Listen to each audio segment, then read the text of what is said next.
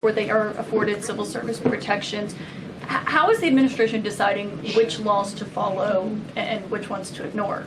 So it is the belief of this White House and the White House counsel's office that the president was within his executive authority to do that. He is the executive of the executive branch, and therefore he has the power to fire anyone within the executive branch that he wishes to.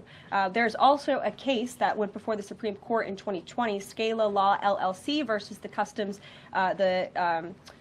Bureau protection. I would advise you to look at that case, and that's the legality that this White House was wrestling on. So you're confident that if they bring lawsuits against you, those prosecutors who were fired, that they will succeed? We will win in court. And yes. Did he personally direct this, given they worked on the classified documents investigation and the election interference investigation? This was a memo that went out by the Presidential Personnel Office, and the president is the leader of this White House. So yes. Yes. Caroline. Caroline? Thank you. Congrats on your first day behind the podium. Thank you. President Trump ended funding for UNRWA and also designated the Houthis a foreign terrorist organization. That's right. Both were decisions that the previous administration had reversed. So here's my question. Will there be an investigation into who gave the previous administration this terrible advice? Well, that's a very good point. I haven't heard discussions about such an investigation, but it wouldn't be a bad idea considering that the Houthis certainly are terrorists. They have launched attacks on U.S. naval ships across this world, and so I think it was a very wise move by this administration to redesignate them as a terrorist group, because they are, and I think it was a foolish decision by the previous administration to do so. As for an investigation, I'm not sure about that, but it's not a bad idea. Josh. Thank you for the question. I appreciate it. Can you give us an update on the president's plan for his tariff agenda? He spoke a lot about this yesterday, and there's a couple of dates coming up that he's spoken to. Number one, February 1st, he's alluded to both the potential for tariffs for Canada and Mexico, but also China to take effect on those days.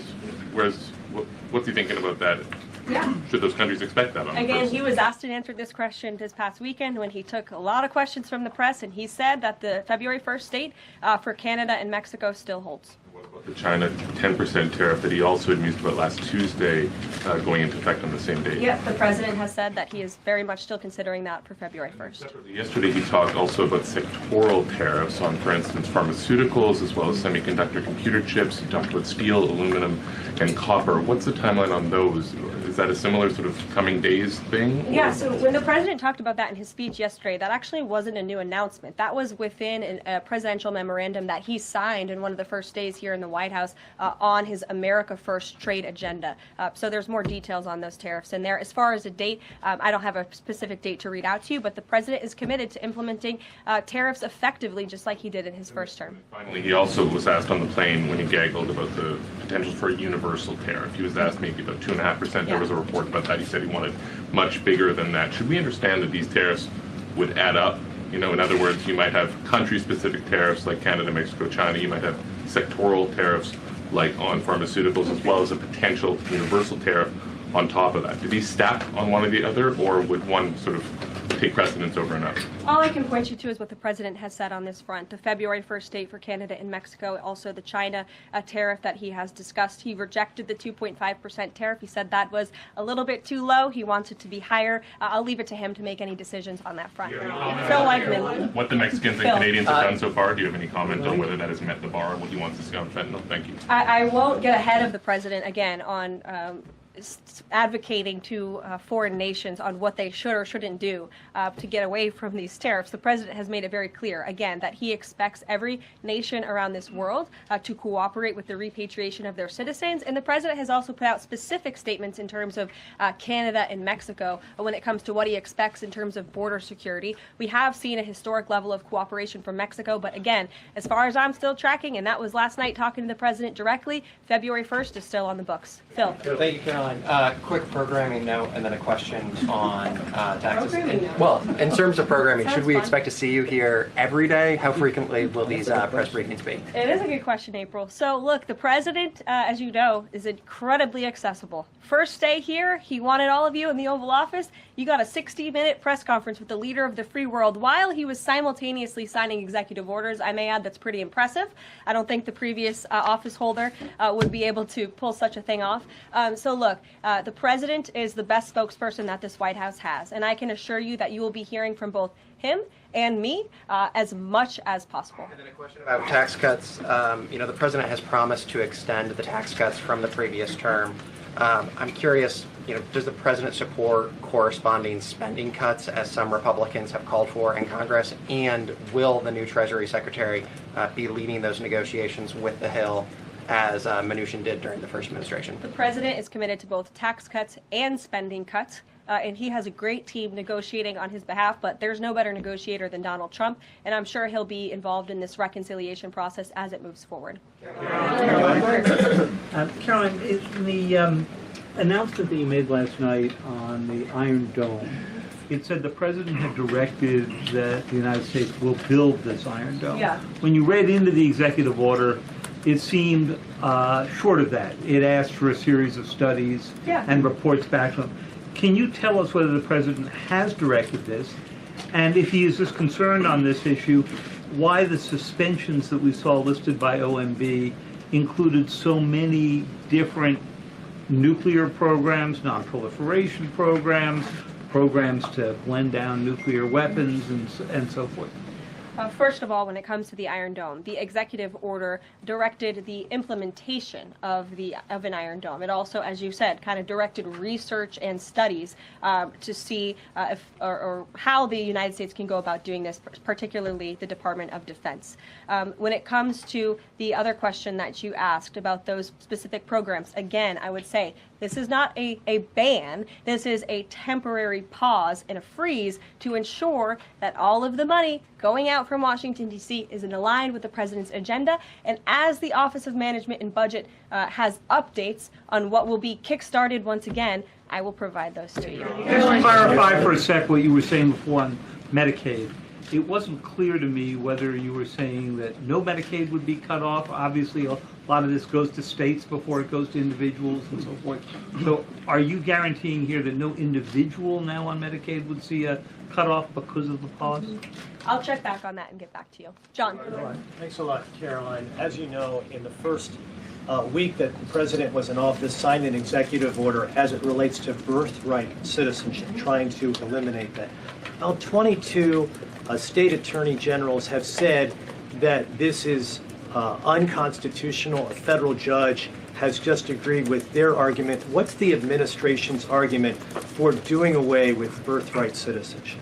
The folks that you mentioned have a right to have that legal opinion, but it is in disagreement with the legal opinion of this administration.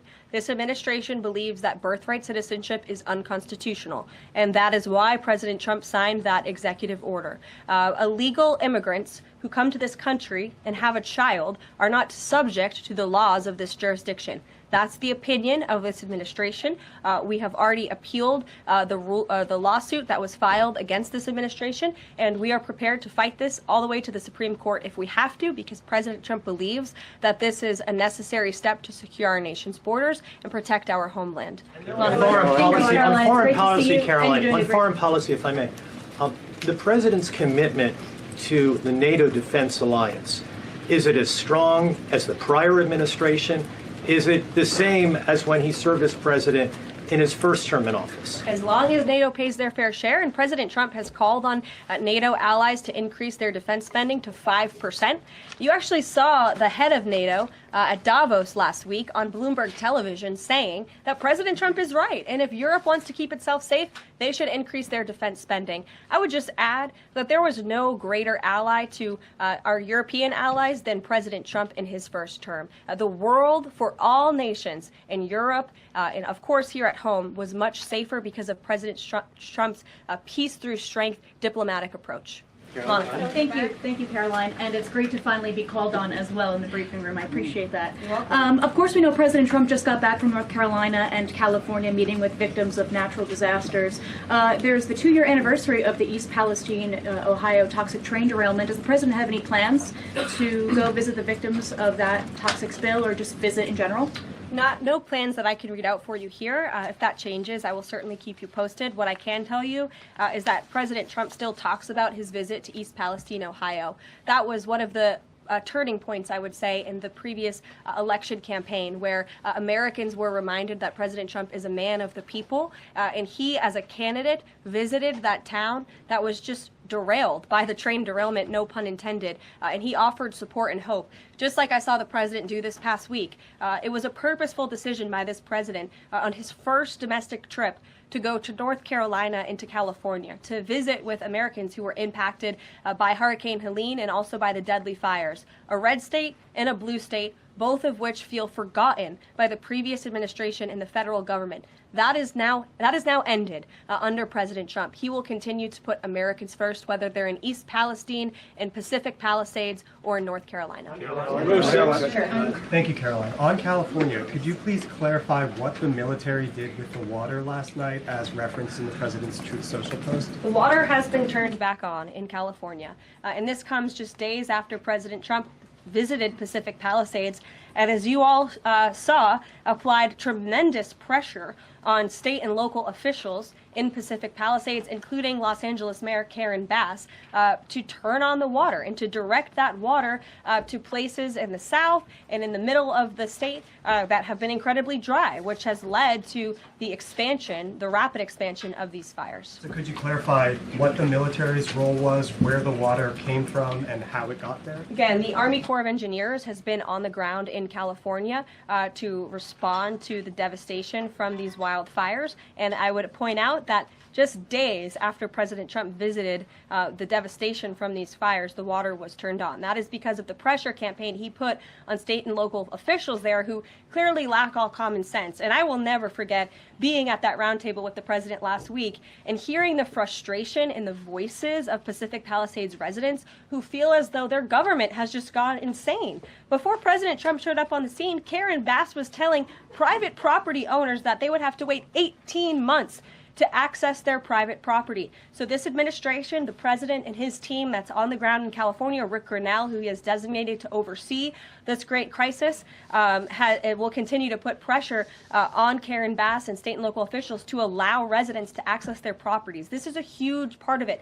These residents want to take part in their own clearing out of their properties. They should be able to do that. It's the United States of America. What happened to our freedom? Clearly it's gone in California, but not anymore under President Trump. April. Caroline, welcome to the briefing room. Thank you. Several questions. One on the pause.